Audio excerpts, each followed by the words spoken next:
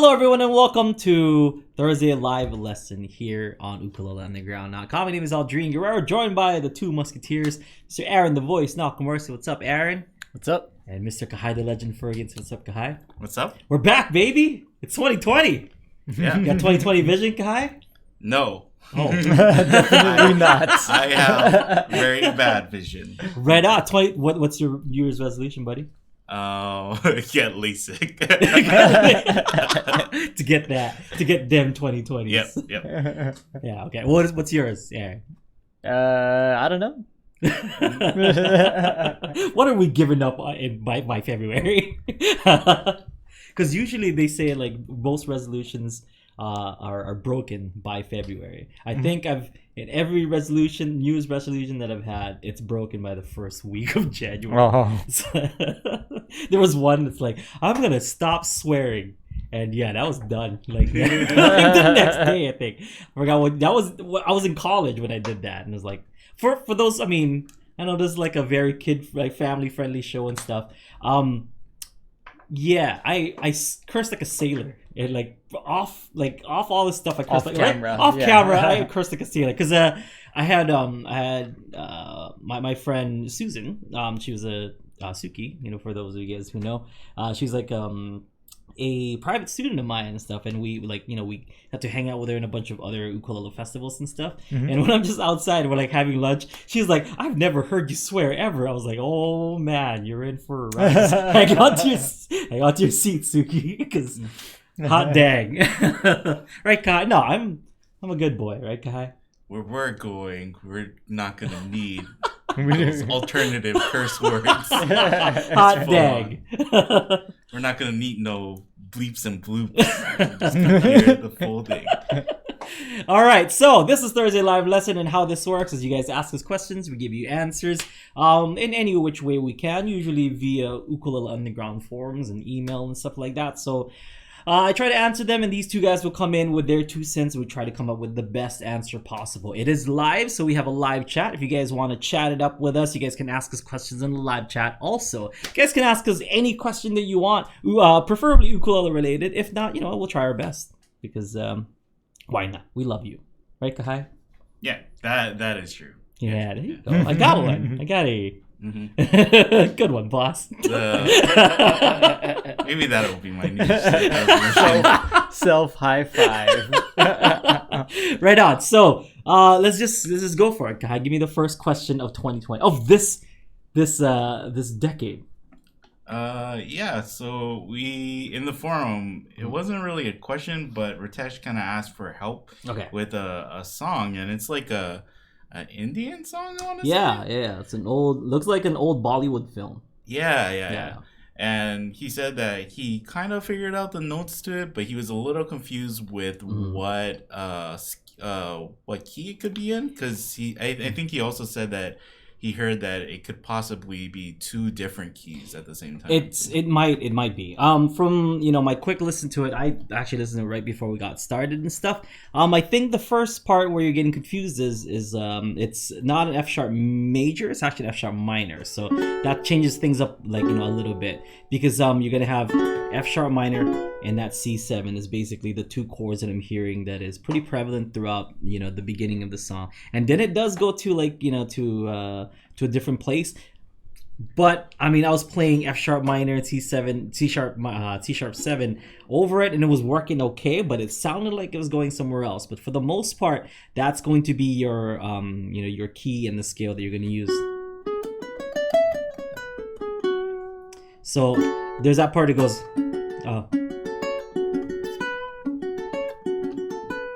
I guess it goes to C sharp 7. Yeah, that's it. So if you just kind of play that part, you'll get an idea of the actual key of the song. So when reading your email, I was trying to play F sharp to it. I'm like, this sounds too bright and too happy. It was definitely a minor key, and it's kind of cool because just like you mentioned, there's a difference between when the guy is on screen and whenever the woman is on screen. Also, it kind of changes the feel of the it gets a little bit faster. The notes gets a little bit faster, which leads me to believe it's kind of like his, it's like his fluttering heart, like kind of going faster whenever like the girl's nearby, and is kind of doing this kind of flirtatious thing. It's really cool. I like the song a lot. Actually, it's a really cool song. It's kind of tough to hear because it's pretty grainy, but from what I heard, pretty much is that it's that F sharp minor to C sharp 7. There's some other chords there in. It leads somewhere else, and there's some chords there, but I think it stays in that key. Yeah, it kind of sounds like a mix of like Indian music with like jazz or blues kind of. And there's like some pretty fast parts. Yeah. When the girl first comes in, it's like, whoa, it's like tremolo stuff. It's pretty cool. Yeah, somebody doing like arpeggiated kind of notes and stuff. Really cool. Really cool. So it in that sense, it is like understandable to have a hard time figuring out like placing one key it's in or placing it on one thing. Yeah. Because it's like it might not necessarily be using like Western music sensibility, right? Yeah, well, when I was kind of just playing the F sharp minor scale on it, and it was working just fine. Even those parts where I said like, oh, the chords in the background chords might go somewhere else, but playing the F sharp minor scale over it still worked. There wasn't any sour notes or anything like that, so it's still there, but maybe just goes to like a major where you be an A instead, which is the major relative for F sharp minor. So that's kind of, if it's going there, and that's really cool. I'm a big fan of that. I like going from minor relative to major and kind of changing up the feel. So it's pretty cool. Try that out. F sharp minor scale, but then in those parts, try going to an A major, because that's your that would be your major relative. Yeah. Okay. Yeah. Next down. That's pretty much it. Like it's a tough song, but good luck with it. And you know what? If you want to discuss this further, if you had any more questions and stuff like that, the one-on-one coaching or the private lessons would be the way to go. Yeah, because it's tough to just like kind of talk about it without the song like in front of us, and we don't want to play the song and like get copyrighted and stuff, like. So we'll talk about it during the one-on-one coaching or the private lesson, right? Yeah. Kernel time. and Ritesh said like he's gonna like keep working on it. So like if he keeps working on it, he figures out like another part and he comes back and says like, oh, I figured out this part, okay, but I'm still having trouble with this thing or something. Then we can like try and figure it out to like keep building on it. Yeah. Sounds great though. Sounds great.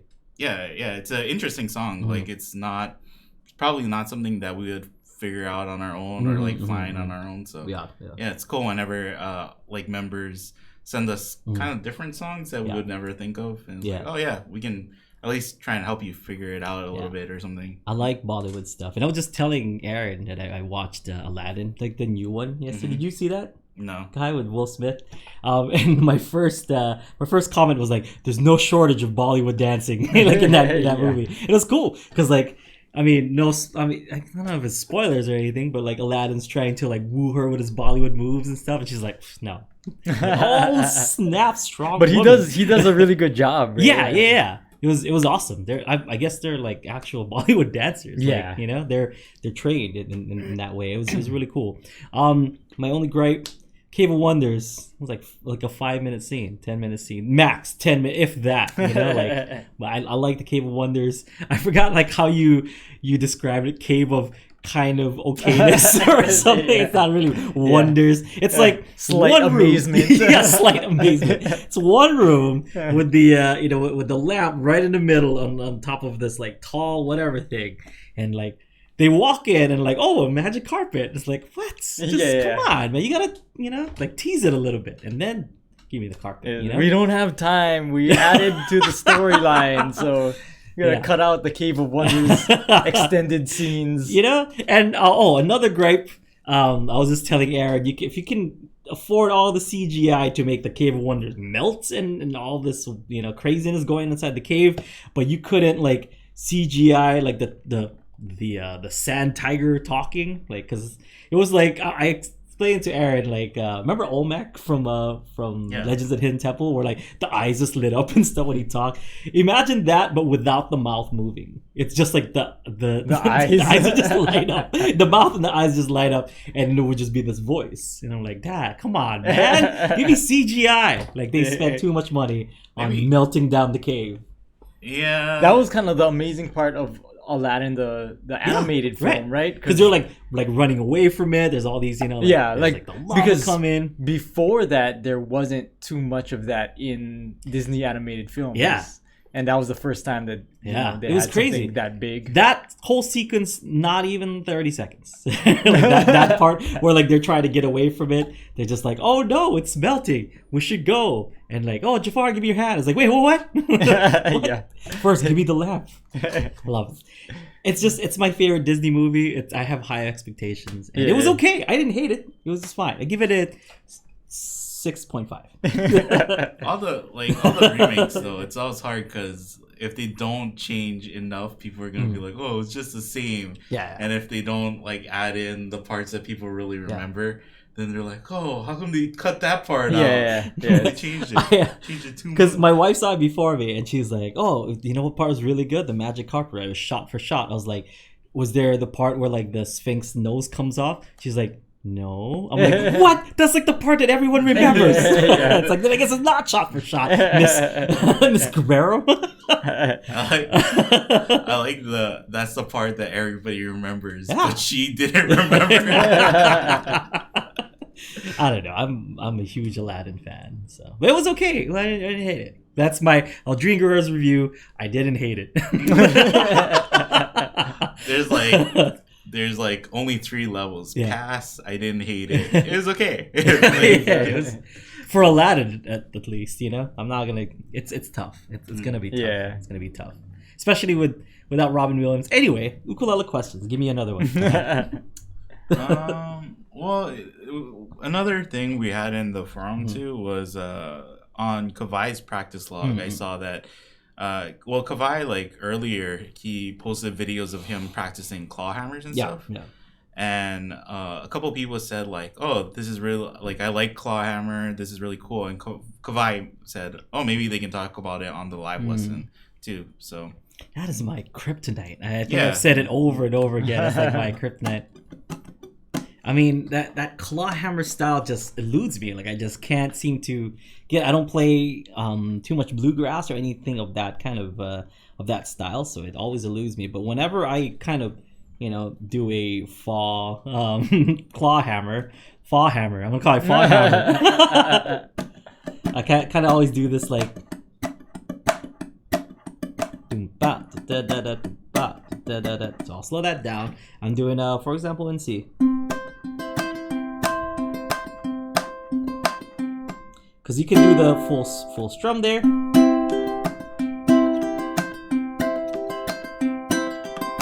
So just at C, almost like kind of like open with the hand, and I'm just kind of using this to pluck up, and then the hammer part just goes.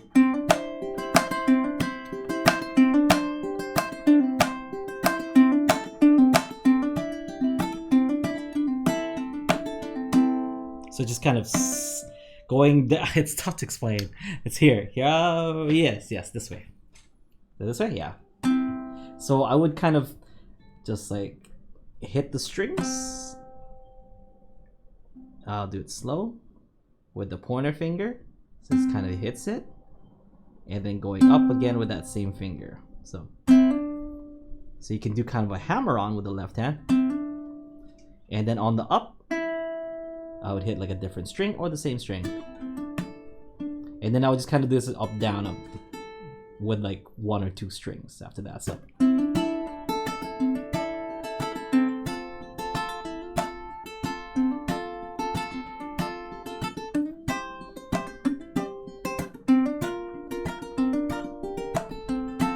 And then you can add your thumb in there too to kind of make it sound a lot bigger. So.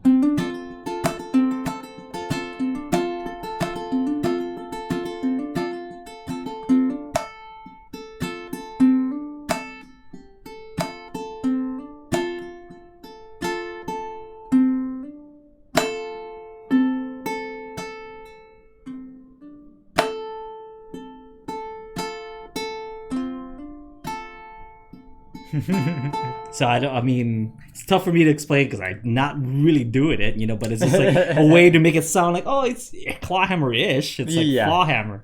I'm gonna call it now, guy. Fauxhammer. Aldrin does. The interesting Kavai thing, or the interesting thing that Kavai mentioned was that what really helped him was learning how to play banjo. Oh, yeah, well. So and that kind of is like probably the best way to learn that technique because it really is like a banjo technique. It's a banjo kind of technique. Yeah, it's a lot of this. Like it kind of looks like a claw, like you're just making like a claw, and then you're just kind of like hitting down on the string, right?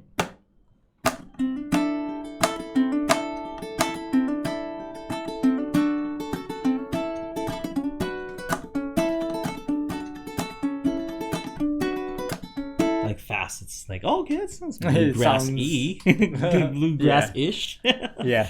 It's a Fauxhammer. Yeah. By. Probably like... That's how I get by. The person that we always tell people to check out is Aaron Kimes. Like Aaron Kimes Clawhammers. Please. So. Please learn it the right way. Go check out Aaron Kimes. Yeah. We have lessons from Aaron on this. It's like a book. On this site. It's on the Lesson Marketplace. Yeah. I'll post a link to it. Yeah. But we do have it on Ukulele Underground Marketplace. But also, like, the reason why Aaron is probably so good at that is because he plays banjo too. So yeah, he makes banjos. Yeah, he makes banjos. Plays and makes banjos. Yeah. So, and ukuleles and banjo. Yeah, I make breakfast sometimes. And that's just me pouring cereal. So yeah, that's I mean, like that kind of if you want to really get into bluegrass and playing like that. If you don't want to like buy a whole new banjo, maybe you should even just try like experimenting with one at a music shop or something, seeing like what the difference is. Because it is a different instrument and a different feel. Definitely. And I mean, there's also styles in that too, because there is the clawhammer style and there's just like the straight picking style, I watched like guys like Béla Fleck and stuff, he doesn't really clawhammer and he's like one of the best yeah, I think Béla Fleck and his wife is also like master. Yeah, not that player. He doesn't know how. He definitely knows how. I mean, it's like when he Béla tries, Fleck. But then his wife plays one style and then he plays the other. Yeah. So he's more that kind of jazzy flat pick kind of style, guy. I mean, he does finger picking and stuff, but like not a lot of clawhammer. Yeah. Yeah, his wife does. I think I know what video you're talking about because I think I've seen that one too. So it's interesting. I'll post the link to that. I'll have a private student that asked about clawhammer styles and stuff. I'm like, oh my god, what am I gonna do? So I looked it up and I saw that video that you're talking about. Hopefully we can post it on the show notes. Yeah, I'll get that. Renee asked, "Do you have a banjolele?" And I guess she asked in the UU Clubhouse, but. I guess just in general. No, if you guys want to send us one, we'd be stoked. I could have used it for that that All American Rejects song or whatever. Like, American Authors. Yeah, American Authors, some kind of American thing. It's 2020, Kai. I can't remember stuff that we did like 10 years ago. Seemed like it was 10 years ago. The All American Reject song that we did was "Gives You Hell." Gives You Hell. Oh, I was on top of a what is that like kind of truck thing that we tractor. Tractor. That was awesome. Like 4-wheeler for kids. Yeah. The recording itself wasn't that great, but the video it's worth it just to watch the video. Like it was at Jason's house. It was Jason's, right? He just had it like that little tractor thing like in his backyard. We're like, let's use that. That sounds awesome. Well, because in the original video for that the music it's like a big video, party thing, right? And like, they roll in. Yeah, on a tractor. On a tractor. Yeah, so that was kind of a nod to the music video. Yeah. Oh yeah. A lot of the time the video is way better than the audio. If not 100% of the time. Rhythm of Love was one of those that like, I wish we made a better video because the audio for that was really, really good, But that one definitely the audio was not. Those notes are too high for me to reach, but it had to be done. So, and I didn't know how to use autotune. Still don't. Kai, go ahead. Well, I think that's it for questions from the chat and stuff too. So, yeah, people are just kind of talking about banjos and stuff.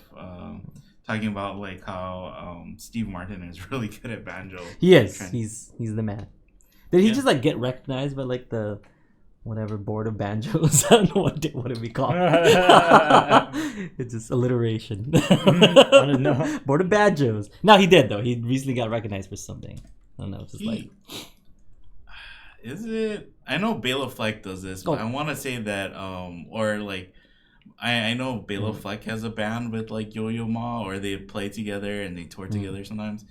But I want to say like Steve Martin might have done something with Yo-Yo Ma too, like really? on the banjo. That's cool. Yo-Yo Ma. Have you seen Béla Fleck play? Because he's played on Kauai a couple times. No, I know like Mike has told me about. Yeah, like, I was on that. I was on the stage. Like I was there. I sat down and watched. I was there for the first Flexstones show. It was really good. I was like in high school when that happened a long time ago. And I know Mike is a big fan of Victor Wooten, right? So and Victor Wooten is a part of the Flexstones. So he's the man. Yeah. We see him all the time. I like at NAMM. Well, maybe not anymore. But. And then Victor Wooten's brother is Future Man. I forget what his stage name is. Oh, hot dang.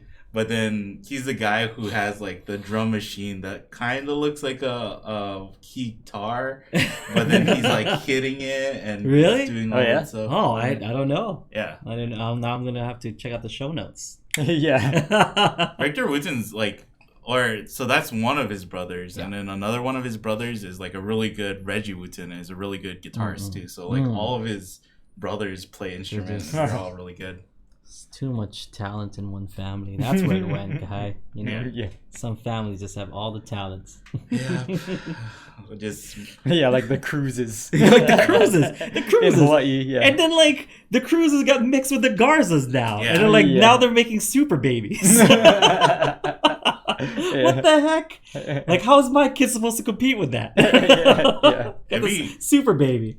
I hope their kid, it'd be awesome if their kid was like, nah, I don't really want to do music. I want to do track and field or something. Oh, please. Yes. Give everybody else a chance. You should do that.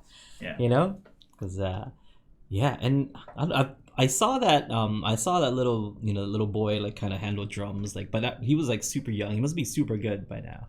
Imua's kid. Yeah. For those people who don't know, Imua Garza's kid. Imua is married to I want to say John Cruz's niece. Oh, like and something like that. A super baby, and she was like part of a group too. I think she was part of the Gorillas. And back in Oahu. So like not like she was slacking on the music either. She's really good. Yeah. So I think super baby. I think they have videos of Imua and his wife playing together. So. They were also a band together, those two. I forgot what they're called. I mean, I'm not a super fan of Imua's or anything. I'm a big fan of his work, his ukulele work. But he's also very good on guitar and everything else, basically. He's so good. Yeah. If you guys don't know, check out his Hawaiian version of Chandelier by Sia. That's not necessarily Imua Garza. It's alias. So good. It's one of those like it was a joke, but it's a very well done joke because it does sound like a Hawaiian too. It's awesome. It's amazing. It's like so much work to be put into a joke that probably very few people will understand, right? Like or like. I don't know. People will probably listen to that and be like, "Oh, this is a cool song," not realizing that like one is Chandelier and two, it's reproduced very well. Like it sounds like that. It's very well done. I remember listening to that like a week straight because it was so good. All right. So, any questions from the chat? Now, Lao Gao said that he mentioned in the chat that Imua's band is called Mooster with his wife. Oh, Mooster. Right? Okay. Yeah. Cool. And they're very good. that family. That family. It really is so is talented. And like they play at a church and stuff like that Daniel goes to, and it's like it's either them or like the Capeno family. It's like I want to go to that church. That church sounds like fun. I mean, my church is great. I love the church band at my church. They're awesome, but I mean, Capenas or the Garzas. I feel so bad. What is like Evan? We had him on a song. What is his last name? Evan K. Yeah. Yeah. And Aaron was showing me his CD, and he has like does Amua produce the CD or is he just on a few tracks? Right. I think he produced it. Yeah.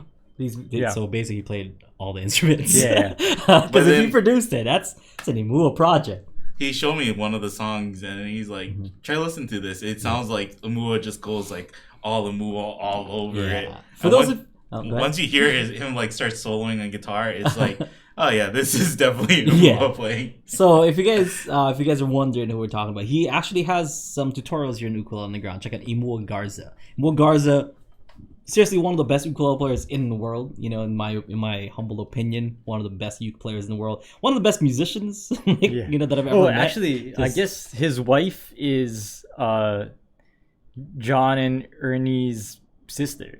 Oh. Yeah.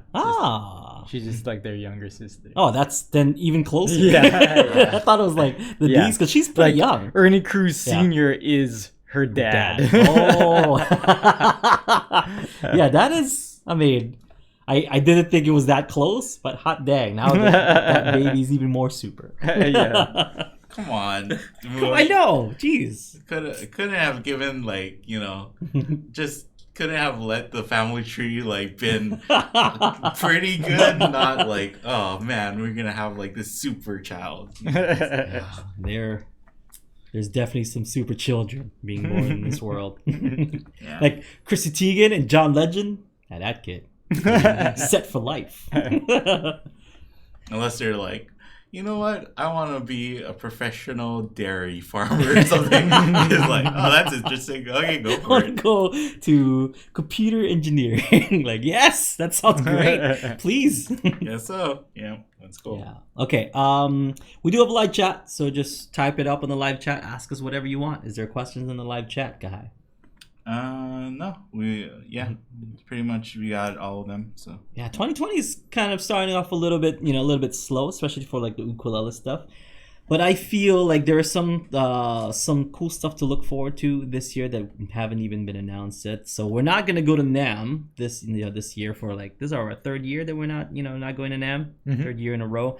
What would you like to see from NAMM, Kahai? Because we're not going there. We can make speculations and stuff, and we can kind of talk about what you'd like to see. I don't know, because every year we went like.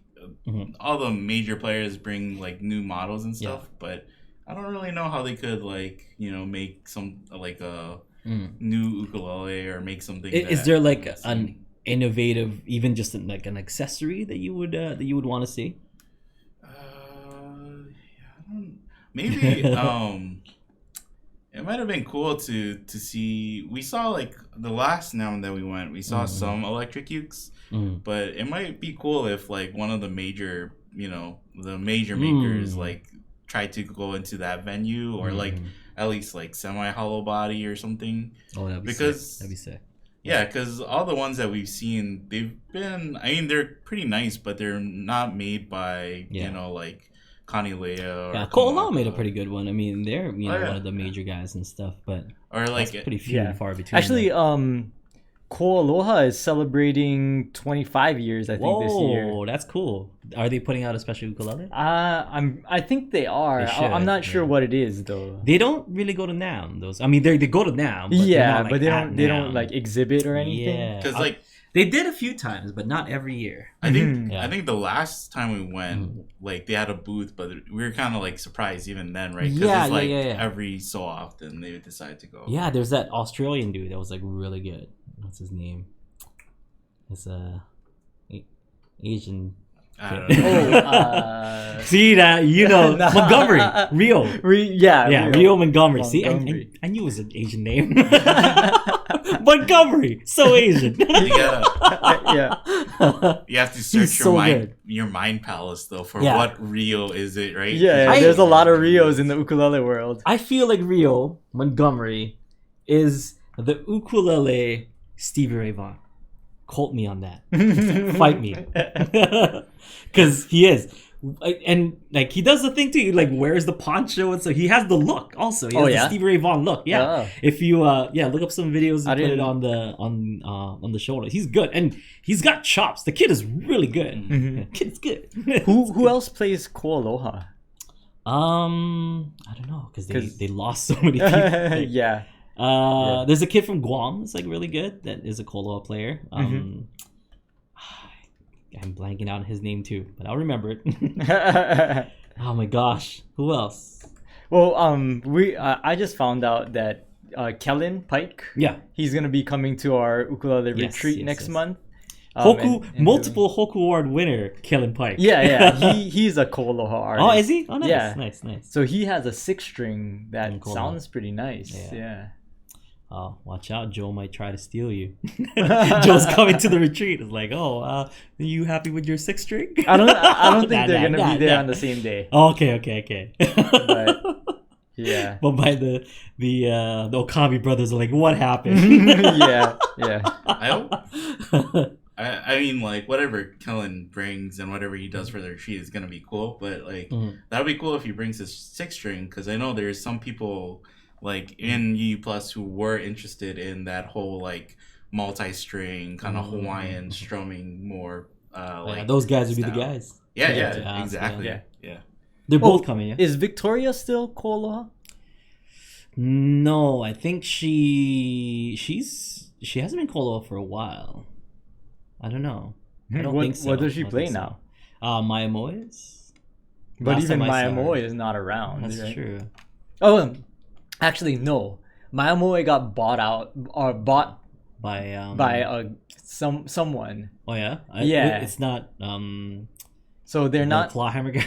They're not. I can't even remember his name. No. Aaron. Aaron, yeah. Aaron started his own. Oh, Beansprout.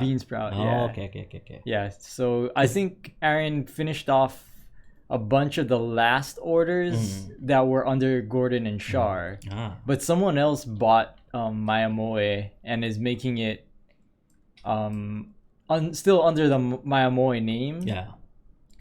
Are they still making it from like indigenous wood from that area? Yeah, but I don't think it's based in the Pacific Northwest anymore. Oh. So, because like myrtle was like their big thing. Yeah, that was like their thing. So I don't know. I don't know if they are. Apparently, yeah. Kerry Kelly is the new owner. He's using all of their equipment. I think he bought all the equipment and everything, but now it's based in Illinois. It's pretty far from the Pacific Northwest. Yeah. So I actually don't know if myrtle is even one of the woods that he offers. Yeah, that was like a big component to Maya Moe's success. Is they were using myrtle. No one else really was using myrtle. Yeah. It looks like maybe he might have some myrtle available. Yeah, looks like. Yeah, and they had some beautiful wood actually. Like the Maya Moe that I have, like, has some gorgeous Indian rosewood. You know, from the back. That was really, really nice. And then spruce top Indian rosewood. Got a Maya Moe. It's all good. From Gordon and Shar. Yeah. So I guess those are rare now. Cause like the original ones that were made under them. Miyamo. Shout out to the OG Ukulele Underground, Maya Moe. Maya Moe. Did you make that? I think the sound samples are still on the website. Was that the sound sample from the site? From the website. Oh, yeah. I thought you did that. No. You like dubbed it in. No. Oh man. Maya Moe. So the real. Yeah, way. We gave away a Maya Moe like pretty early in Ukulele Underground's in the years of Ukulele giveaway history. Yeah, we gave a Maya Moe. So we gave away from some sweet ukes in the past, and we gave away a. I think the best one that we've given away was a kanile ukulele that had like the Ukulele Underground logo on it. That's like one of one. There's only one of those. Yeah, and we don't have one. We don't have one. It's like it's a I want to say satin finish. It was a satin finish kanile. It wasn't like an island. It was a kanile tenor ukulele with a like a wood burn of Ukulele Underground. Yeah, it was like laser engraved. Yeah, I want one. Joe, make it happen, man. Yeah, I guess you could probably get one if you wanted. But I mean, let's just keep it one of one. One of one. And I forgot who won it already. But we had like a video contest where they won, like spread the aloha or whatever. Yeah, yeah. We should do another contest like that. Should ask Joe. Joe, can you make to keep it 101. Yeah. You should ask Joe for one, but it's Ukelele. So it's like, it's still 101. We're just gonna have to keep like misspelling it. Yeah, we should run that contest back. I'll take a look back at that contest, see if we can run it again. Yeah, because that was a spread the aloha whatever. Like, I forgot what it was, but it was a really good contest. Like it was deserving of a really really nice ukulele to the winner. Yeah.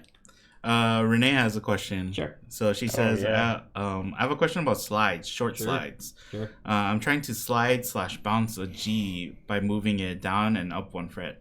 I can't get it to sound right. Same with the little slides in Black Magic Woman. I think it's the return part that I struggle with. The like sliding down. Like I think, or like, and I think with G, I think she might be. It's just like, you know, when you do like a, just like that. I'm guessing. That's like the G note. I don't know. It seems like just she's talking about like little slides just from one fret down up. You know. Yeah. I'm guessing it's like to the notes. Yeah. So I mean, you can practice that by like kind of just isolating that one part. You can just go from the G sharp if it's just one fret, and you're just going from the F sharp to the G, and just kind of sliding it over, and then see if you can go 2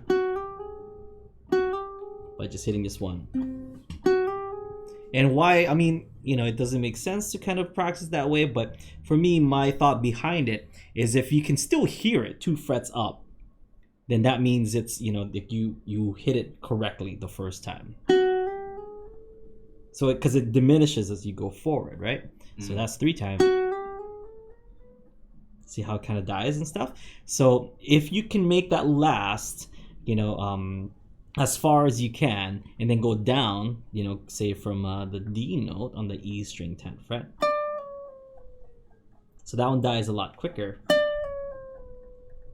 Maybe I can get it down to 3 frets. She said that it is the G chord. Yeah, G chord. Like the whole G chord just going, Okay, down and so that's even easier. You want to do the same exact, same exact exercise. You can do.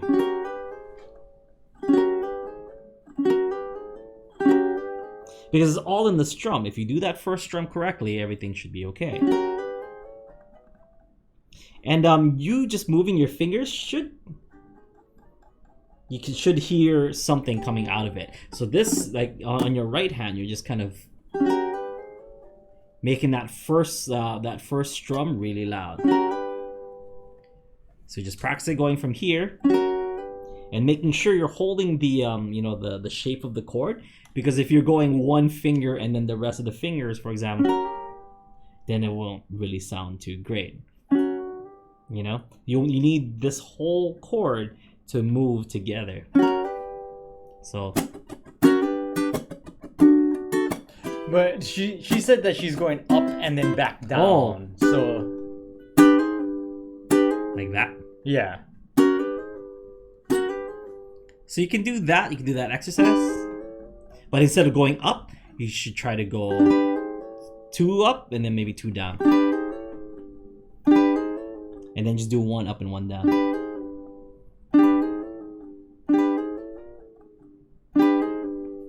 But it's just kind of to practice your fingers to stay together and going up, because the further up you go, the more tempted you are to just go like one finger at a time. So just move the whole chord, making sure that's the most important part, that this whole chord is moving together, because if one moves, then it's gonna mess the whole thing up. See, like it doesn't sound.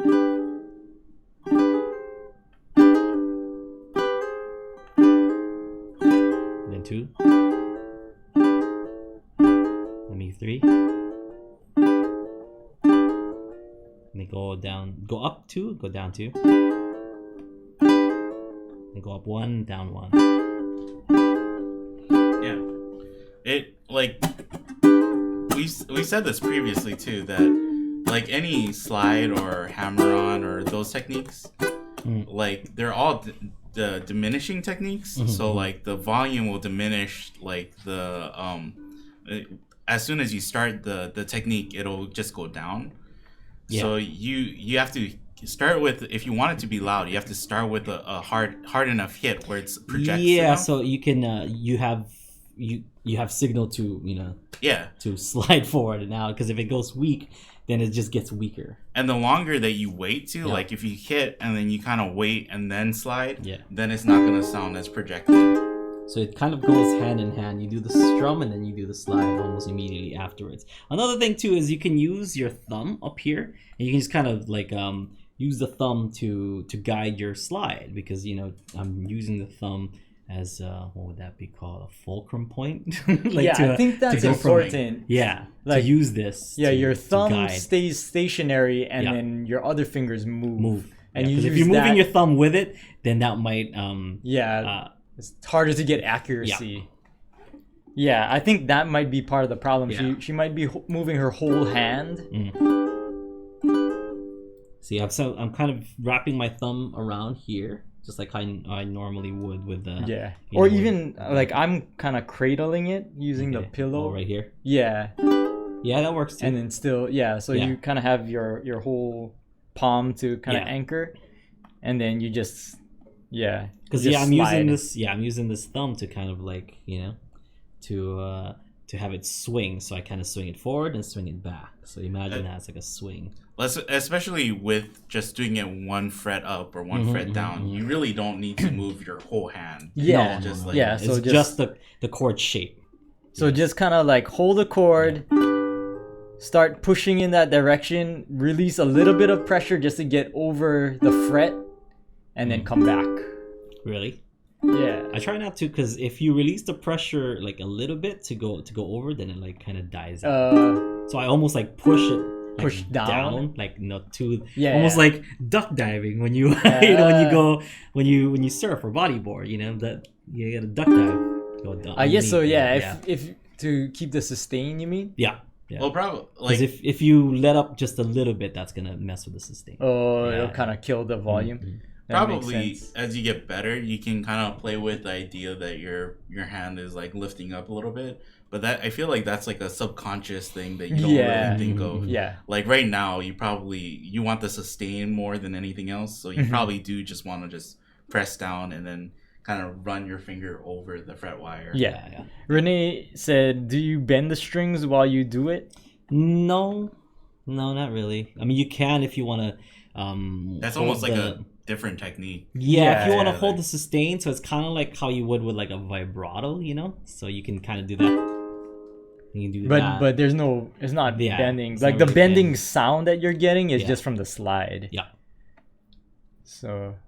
But that's kind of important to keep your thumb, at least your thumb, stationary, and then moving the rest of the chord. So just the shape, and the shape has to move together. So although I'm moving the shape, I'm keeping my thumb in place like so.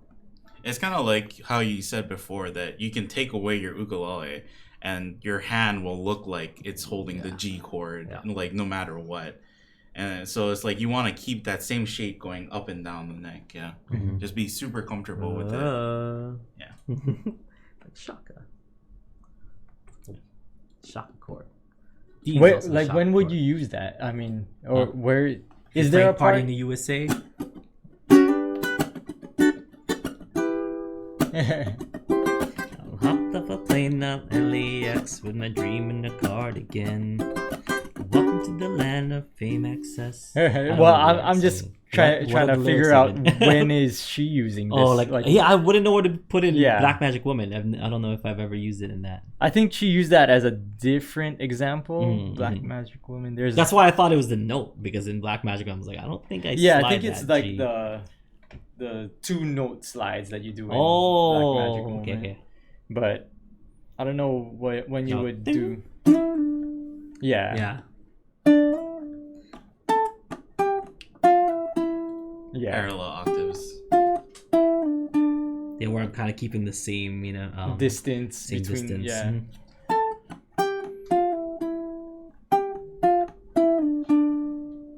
Yeah. She said "A Little Less Conversation" by Elvis Presley. I gotta listen to it. Yeah, I gotta listen to that. Yeah. I imagine though, like it really is like a technique that you usually use like for getting into a chord or getting out of a chord, and you usually only use it for like one beat, right? So it's not like something that I can imagine she's like, you know, it's a major part of a song. It's probably just like a little flair that's added to the chord or whatever. Oh, Island Girls by Patti.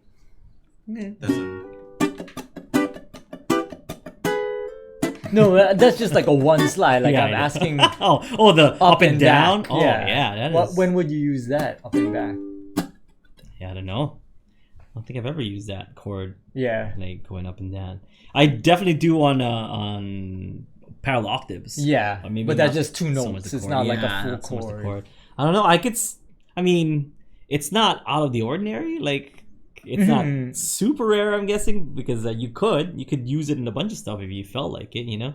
So even with that, like that Miley Cyrus song.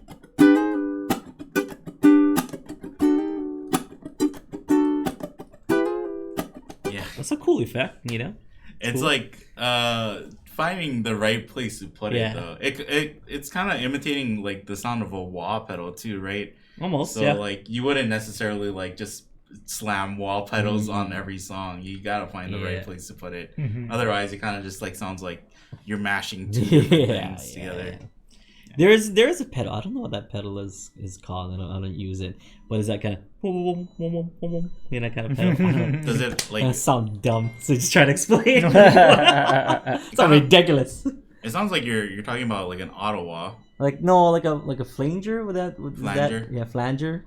A flanger is like a wah too. Oh yeah, because it just kind of makes the you know the signal like wavy.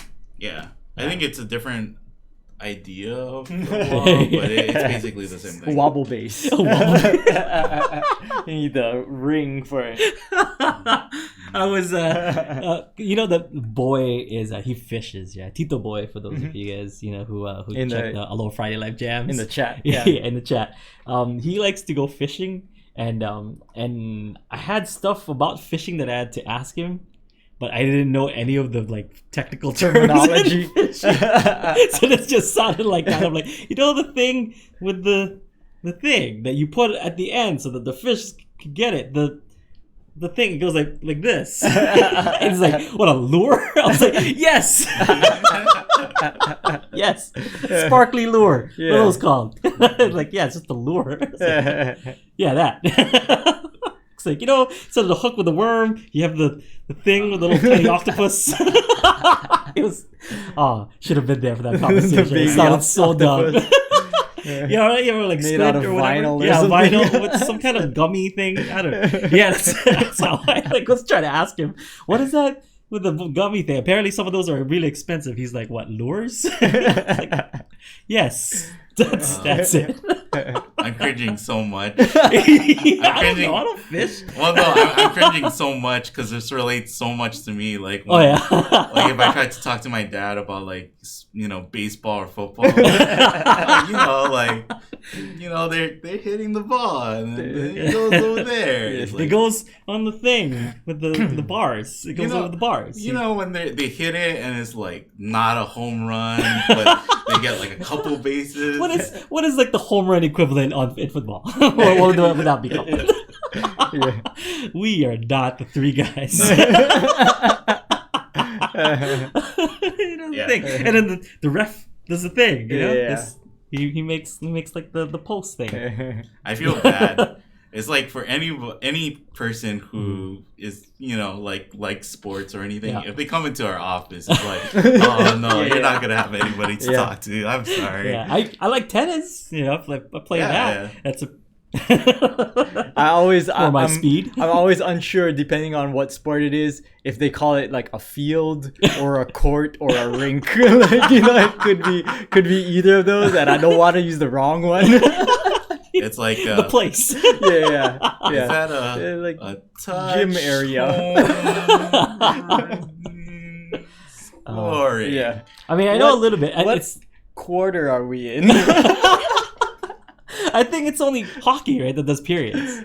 Is there something else that has periods? I don't know. It's just hockey, I believe, is the 3 periods. What quarter are we in? I went to my first hockey game. Saw an Anaheim Ducks game, and I was telling Heather I was waiting for halftime to go get some food. So that's why I started laughing when you said that, because it's just between periods. You go between periods, and it was like second period. I was like, okay, it's halftime now, right? It's like, but why is it so late? It's like, no, there's only one more period left. I was like, isn't there like two more? It's only been two. I wanted to wait for the 7th inning stretch. When are they gonna like bring out like, you know, a fan and they get to like hit the puck from super far away? I was like, no. Yeah. The half court shot. Yeah. I mean half rink shot, sorry. Waiting for it, yeah. Can you pick it in the net from half court? I think even when we went to Denver, we were at Denver and we were just hanging out at the hotel. I was flipping through the channels and like all the sports channels came up and it's like football, basketball, whatever.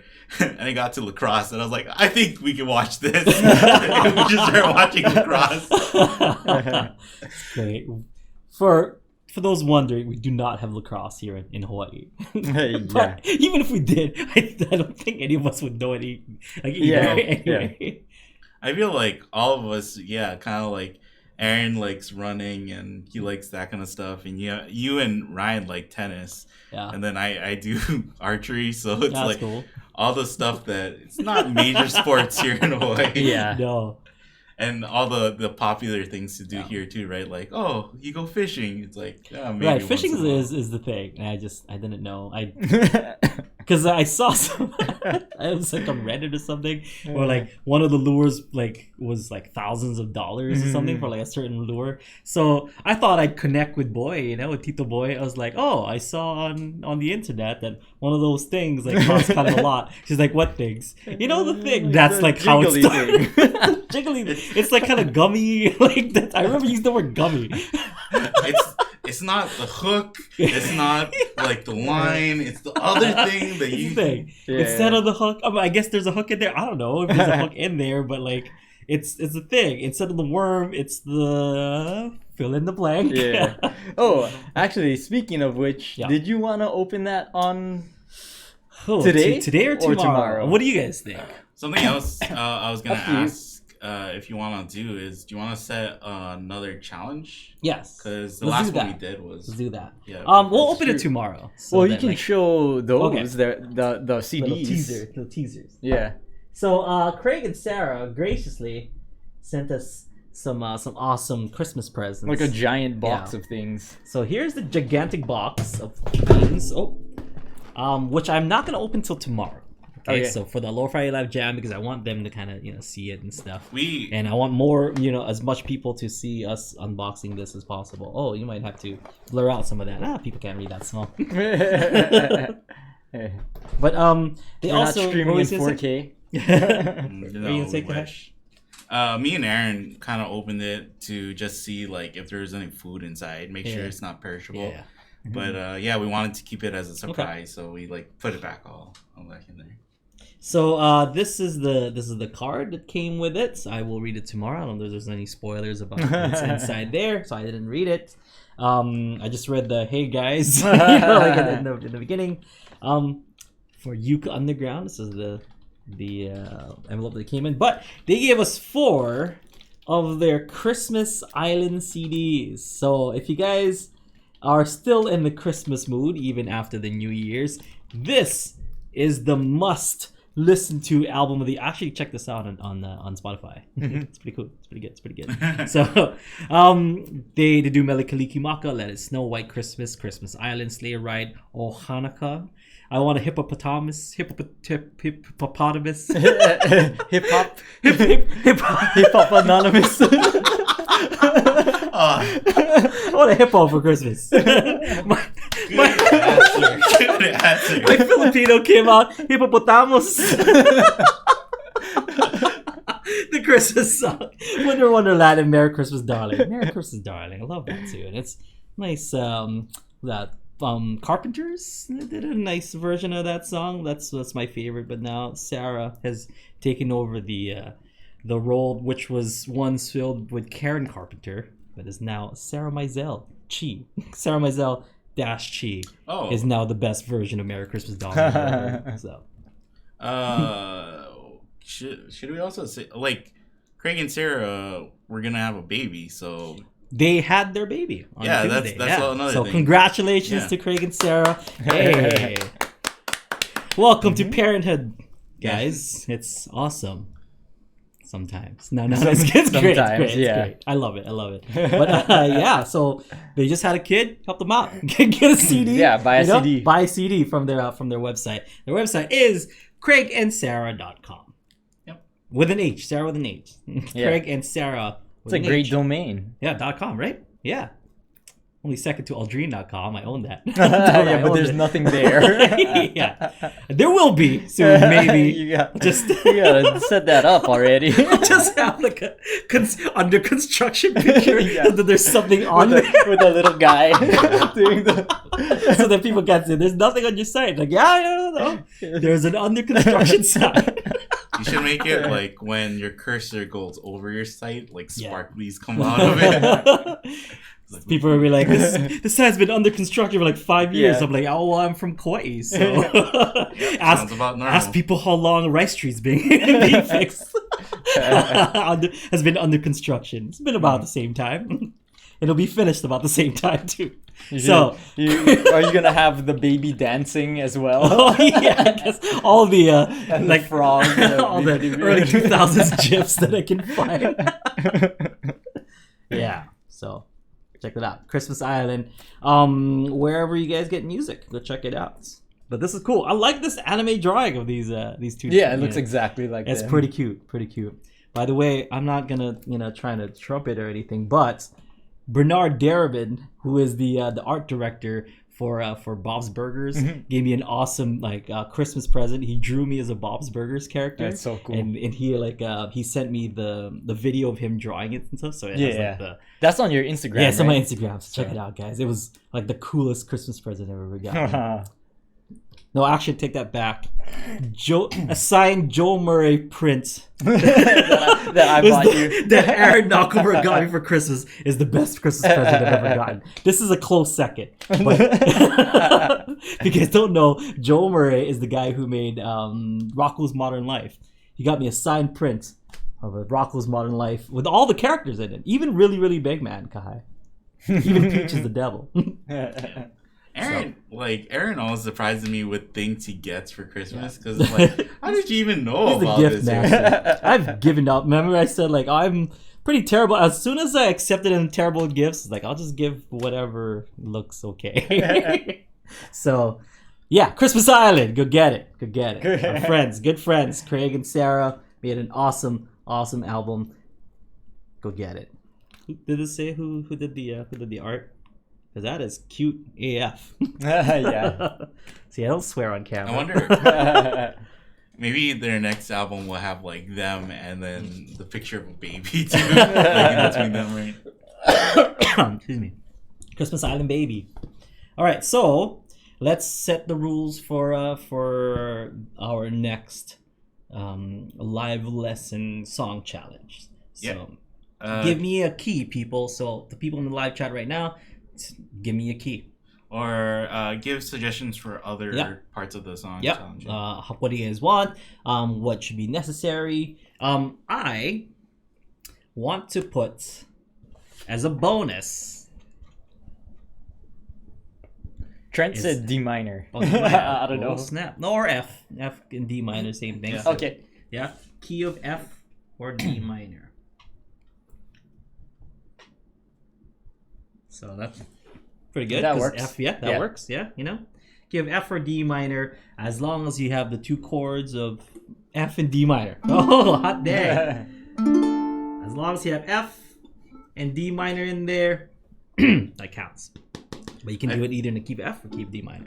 Whenever you have F and D minor, I feel like it's gonna be or D minor, like a doo-wop song, right? Yeah. Okay, bonus. Here's the kicker. Chord not in the key.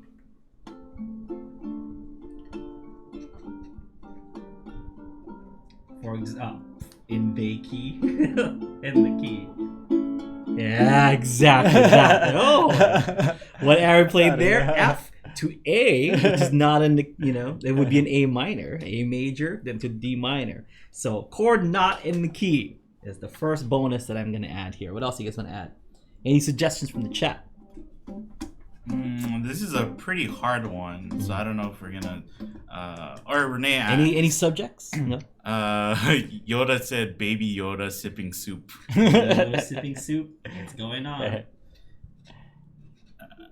Renee said, as a bonus, put a slide or a bounce in it.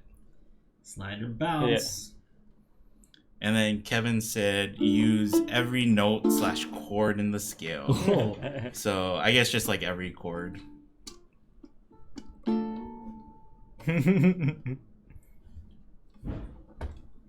Oh, hot dang. This is a challenge. Yeah, so like the basic one is pretty easy, and then the bonuses are what are really going to make this one harder for this challenge. Chord isn't just one. You guys can add more if you want to, but chord not in key. Yeah. So okay. Yeah, anybody else want to add anything else? You want to add anything, Kahai?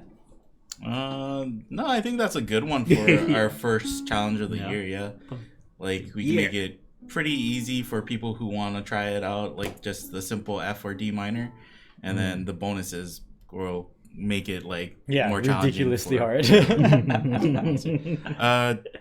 slider bounce is not too bad. That's pretty doable. Chord not in the key. Chord not in the key, not bad. It's not bad because you can use like a major 2, and then you could kind of vamp it up. If you want to vamp it up, you can do that. The every note one. Yeah. There's a if you want to not cheat, but if you want to do it an easy way, think of like, ooh baby I love you way, you can nail all the notes in just that one riff. Alright, I was gonna say like it's like Buckethead. You just start like Buckethead everything. Yeah. So now the chord is gonna be a lot harder, but the notes easy peasy. Yeah. So this is not too bad. It's a little bit of a challenge because I've not written too many songs. But this is not too bad. Baby Yoda sipping soup. Easy for Aaron. For Aaron, it's easy peasy. So, do we want to say when is the date that we're gonna bring in songs, and when's the date that people? Let's just say what's the last Thursday of this month? The last Thursday is the 30th. Oh, but we leave, No, we're back. We're back by then. Okay, yeah, last Thursday. Let's do that. Well, the Thursday before is when ours is due, and then that Thursday, or is that the Thursday before? We're gonna be gone. Okay. Yeah. So let's just say the last Thursday. Everyone's due. Okay. Due Thursday, January 30th.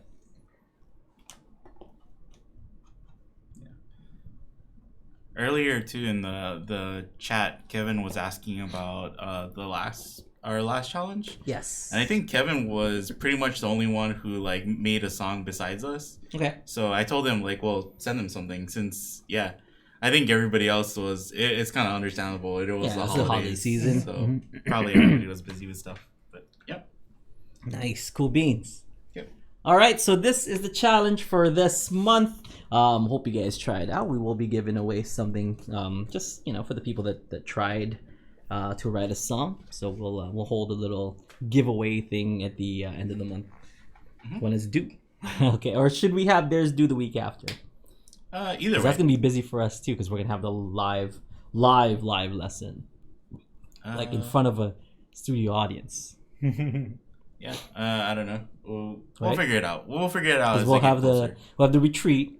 I think at that Thursday, the Thursday after January 30th, we're gonna have the retreat, and the retreat. No, I think we got a week before the retreat. Oh yeah. Okay. Yeah. So we'll figure it out, and we'll let you guys. Oh no, it is that week after. Yeah. This is that the 6th? That's my anniversary. My wedding anniversary. Okay. You'll be spending it with Calais. Yeah. Like Imagine you and me and you. Before we go, Yoda asked, what about the hot sauce? What about the hot sauce? Oh, I haven't been here. So it's gotten lower, because I did use it the other day. I should bring in. I got a bottle of the same hot sauce that I've been eating at home. We should have a race? Me and you. We'll see who finishes first. What if? And people can bet on the race too. Yeah. What if we get like some homework assignment, right? We bring it in. And we pour the rest of our hot sauces into the soup. Whoever finishes the bowl of soup first.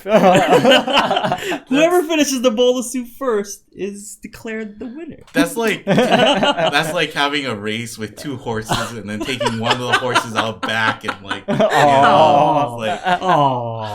I've been getting better. Whoever wins loses. Yeah. I can't do that. Yeah, let's have a race. Have a race. But everybody who guessed already, we said that since all the dates were kind of coming up already. Yeah. You guys can all re-guess. Re-guess. Yeah. Okay, sounds good. We will see you folks tomorrow for our Aloha Friday Live Jams. That starts at 1 p.m. Hawaii Standard Time. If you guys have not checked it out. That's where we kind of jam some songs. We put some chords there, and it's way more. I mean, this is pretty lax already on the Thursday, but we get even more lax on Fridays. So it's a lot of fun. Make sure you join us 1 p.m. Hawaii Standard Time. Jam some songs. Bring your ukulele. Bring your uke buddy. If you jam with someone, the more the merrier. Bring your friend, your parent, your grandmother, your sister, your brother, your dog, whatever. Just have some fun. It's Friday. It's Aloha Friday. Join us. We'll see you folks next time. Have a great one. Aloha.